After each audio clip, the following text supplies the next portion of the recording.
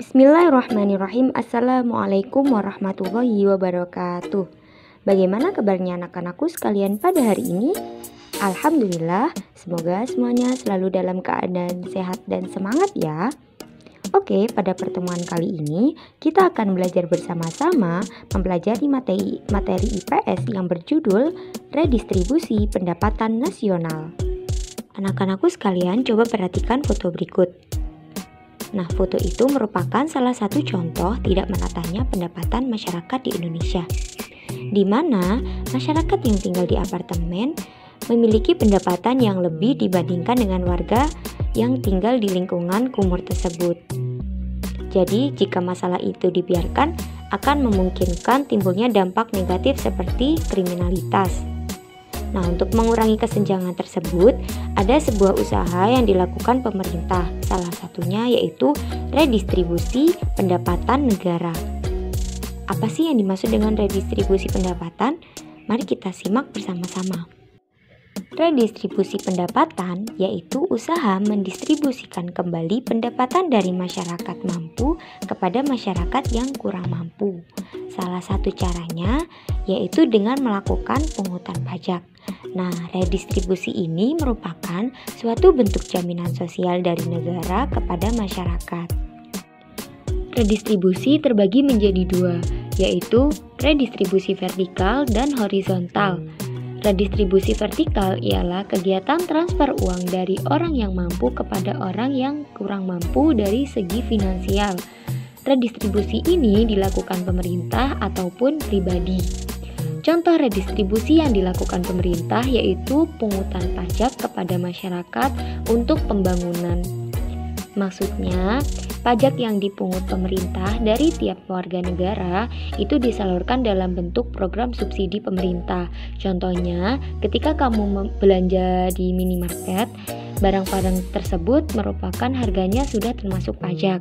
Nah, dari pajak yang dikumpulkan dari barang-barang tersebut kemudian masuk ke pemerintah, dan dari pemerintah sendiri akan disalurkan dalam bentuk subsidi.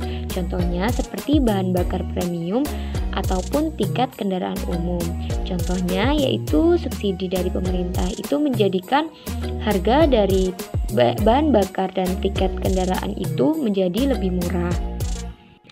Sedangkan redistribusi yang dilakukan secara pribadi, contohnya yaitu penggalangan dana untuk korban bencana alam melalui lembaga kemanusiaan. Jadi kalian jika ada rezeki lebih itu bisa disalurkan rezeki kalian untuk korban-korban bencana alam. Itu merupakan redistribusi yang dilakukan oleh pribadi. Dan selanjutnya yaitu redistribusi horizontal, yaitu merupakan transfer uang antar kelompok, misalnya dari orang dewasa ke anak-anak. Redistribusi ini bersifat siklus kehidupan. Contohnya yaitu pemberian uang pada saat-saat tertentu, misalnya seperti saat hari raya, orang dewasa memberi angpau kepada anak-anak. Itu merupakan redistribusi horizontal.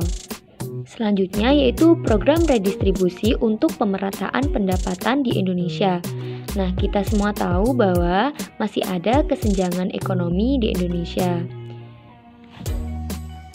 Di kota-kota besar masih banyak kesenjangan ekonomi. Nah, oleh karena itu pemerintah harus melakukan beberapa program-program pemerataan ekonomi. Apa saja program-program pemerataan tersebut? Yang pertama yaitu pemberian jaminan akses kebutuhan primer kepada masyarakat tidak mampu. Apa saja kebutuhan primer tersebut? Kebutuhan primer yaitu sandang, pangan, dan papan. Namun selain sandang, pangan, dan papan, kesehatan dan pendidikan juga merupakan aspek penting dalam pemerataan. Jadi contohnya seperti beberapa jenis kartu atau lembaga yang disediakan pemerintah untuk memberikan jaminan akses kebutuhan primer seperti Kartu Indonesia Sehat, Kartu Indonesia Pintar, dan BPJS Kesehatan. Kedua yaitu pemberian kredit lunak. Adanya KUR atau kredit usaha rakyat rakyat bertujuan untuk memberikan pinjaman modal kepada usaha kecil supaya bisa berkembang tanpa terbebani bunga yang tinggi.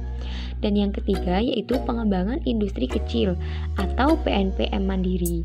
PNPM mandiri pedesaan itu merupakan dapat bertujuan untuk mempercepat pemerataan pendapatan, penanggulangan kemiskinan, dan perluasan kesempatan kerja di daerah pedesaan. Baik, semoga bermanfaat. Kurang lebihnya mohon maaf. Wassalamualaikum warahmatullahi wabarakatuh.